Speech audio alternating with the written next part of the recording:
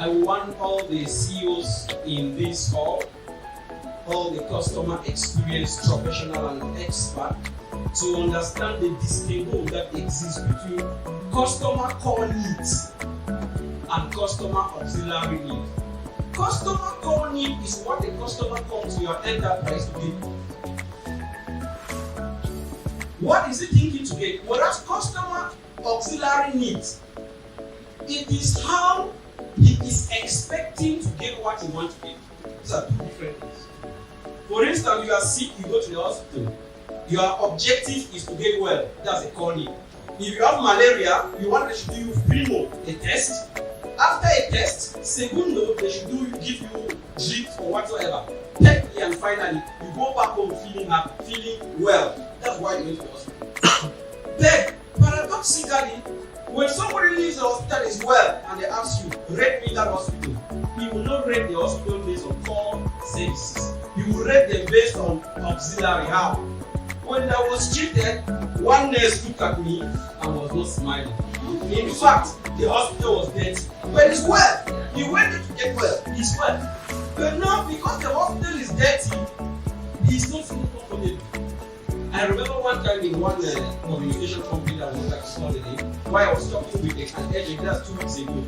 After talking, the person ended by saying, please sir, if they ask you to rate me, what I asked is softy. If they ask you to rate me, sir, give me 9 or 10. Because 8 is not the pass. And I asked myself, oh, yes, you supply what I wanted. But what you are saying is not the right thing. You would have asked me that, sir, if you want to judge me or evaluate me, say, what will you give me? Don't tell me that if they call you to say this. You see, that one was now the auxiliary need. And when they called me to rate the cat, who rate her well, though she supplied my core need, she didn't meet up my expectation of the auxiliary need. The core need are the technical skill that most organizations focus on. The auxiliary need, they don't care about this. So there must be a distinction between supplying auxiliary needs and the core need. They must go together. And the last thing which is very important, to be technical and competent when it comes to customer experience, is to understand that in your job description as CEO, you must seek for people that can supply this core need. And what must you be checking? There's an article that we are writing at Touchpoint, and I think that when the article will be ready, we'll be giving out to you. We read something in psychology that there are 4 types of intelligence. The first type of intelligence is 4 types of quotient. The first one is what they call intelligent quotient. And this intelligent quotient simply measures the capacity for someone to solve math, to retain things, and give them back when needed. The second one is what they call emotional intelligence. If you get it very well when you make your CV or job description, you are going to add this in there. The second one is what is referred to as emotional intelligence. To be able to make peace with those who are walking around you. To make peace with those who are around you. And the third one is what they call social intelligence. To be able to create friends and maintain this friendship for a very long time. The last one is adversity quotient. The capacity to go out of the problem without losing your mind.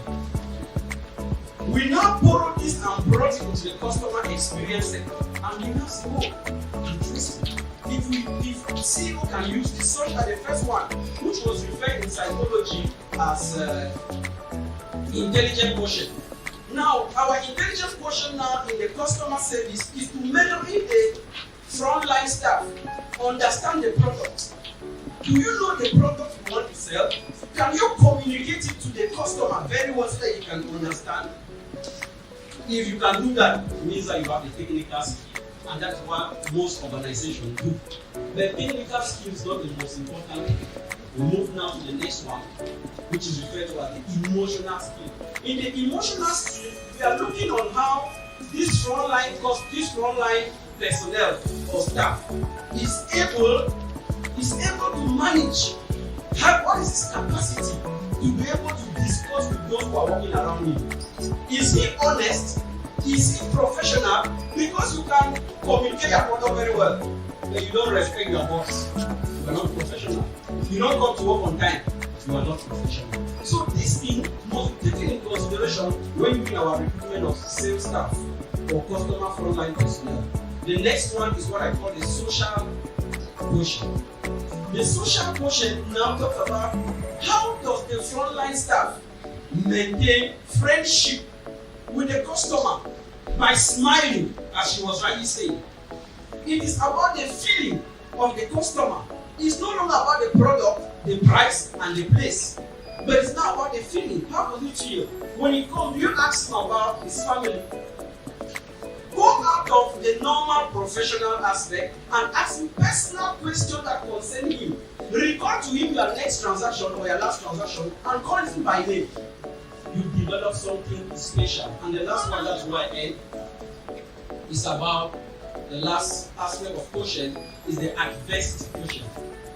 Adversity quotient now is to measure the capacity of a frontline manager to be able to answer a difficult and hostile client in such a way that the guy will still remain in the company, no matter how difficult he was. For instance, the guy will remove a gun.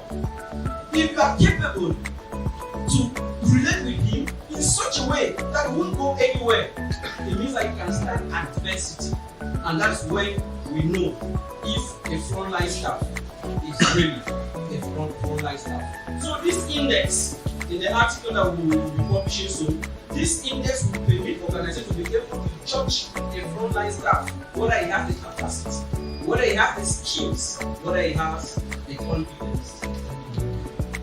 Wow.